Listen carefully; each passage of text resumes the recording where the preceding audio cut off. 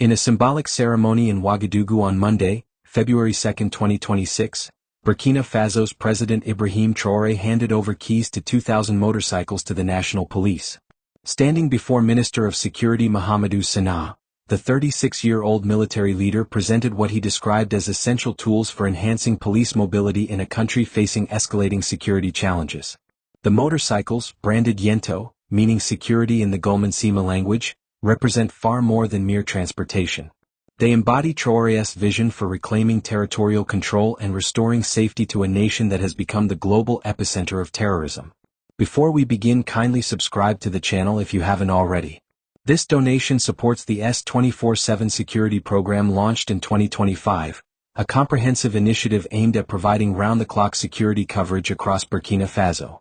The government's ambition is to establish constant police presence and rapid response capabilities throughout the day and night, addressing one of the most critical gaps in the country's security infrastructure. To understand the significance of this donation, we must examine the broader security landscape. According to the 2025 Global Terrorism Index, Burkina Faso now holds the devastating distinction of being the country most severely impacted by terrorism worldwide. This West African nation has experienced more than 1,000 terrorism-related deaths in each of the past 3 years, a catastrophic escalation that has fundamentally altered life for millions of citizens. The scope of violence is staggering. Between January and August 2024 alone, an estimated 6,000 civilians died in conflict-related violence. Islamist armed groups now control approximately 40% of Burkina Faso's territory, isolating around 800,000 people in besieged towns, cut off from essential services.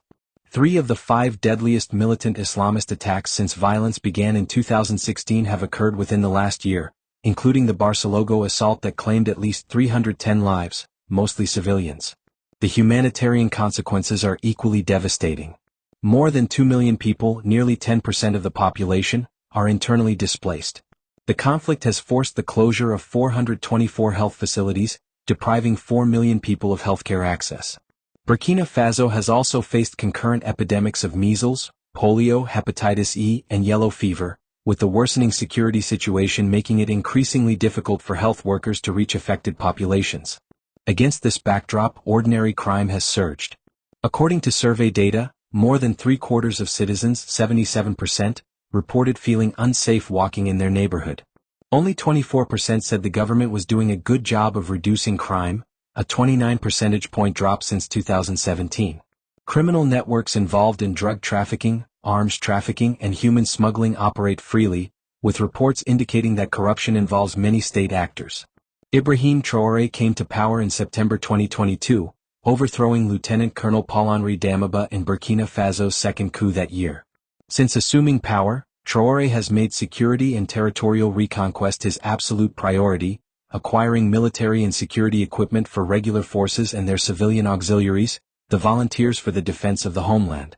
The 2,000 motorcycles represent the latest installment in this strategy of equipment modernization and force mobility enhancement.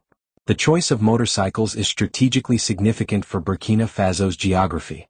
Much of the country consists of rural areas with limited road infrastructure.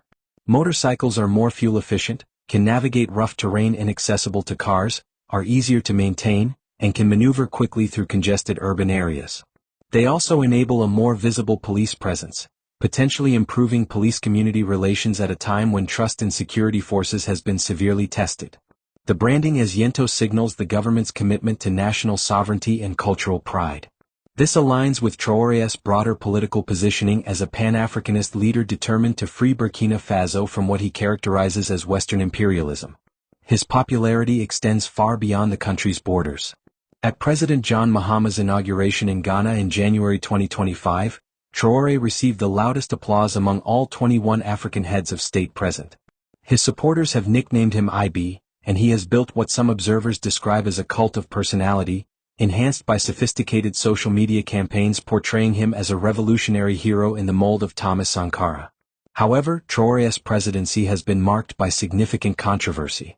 Human rights organizations have documented serious abuses by government forces.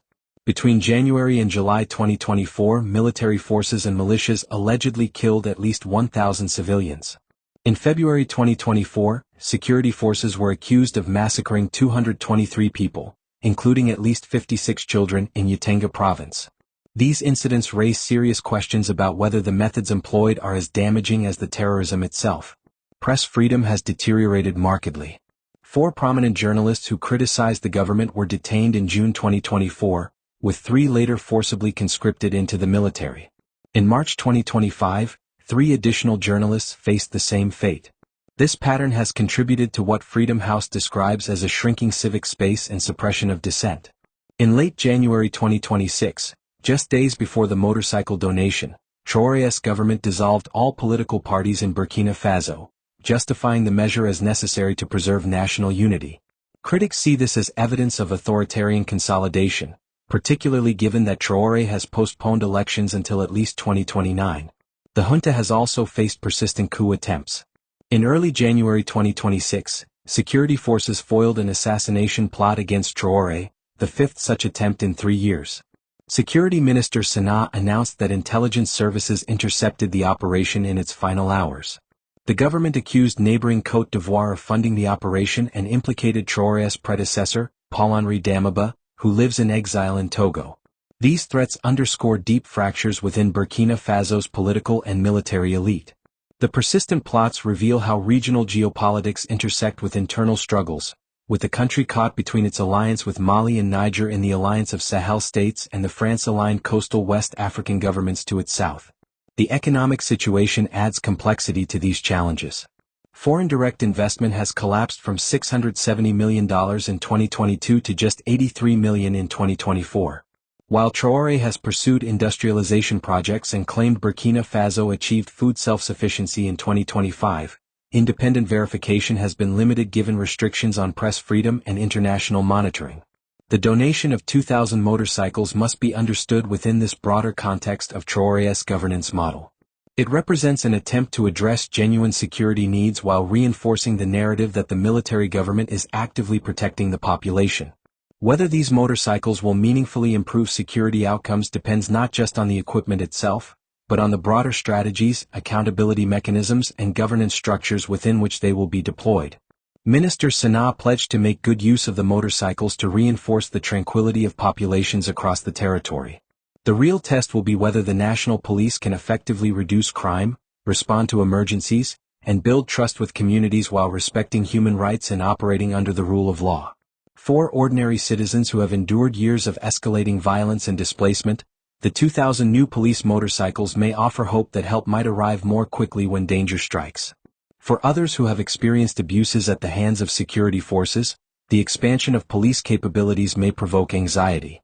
The ultimate impact will depend on how these motorcycles are deployed, the training provided to officers, and whether they become instruments of protection or tools of repression. As Burkina Faso enters the remainder of 2026, the country stands at a crossroads.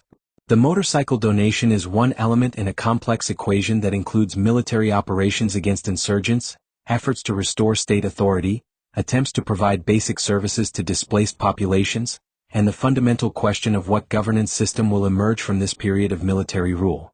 President Traoré has positioned himself as the leader who will restore security and sovereignty, rejecting Western influence and charting an independent path. Whether history will judge this as visionary leadership or tragic miscalculation may depend on whether initiatives like the motorcycle donation translate into genuine improvements in the safety and well-being of the Burkinabe people who have suffered so greatly in recent years.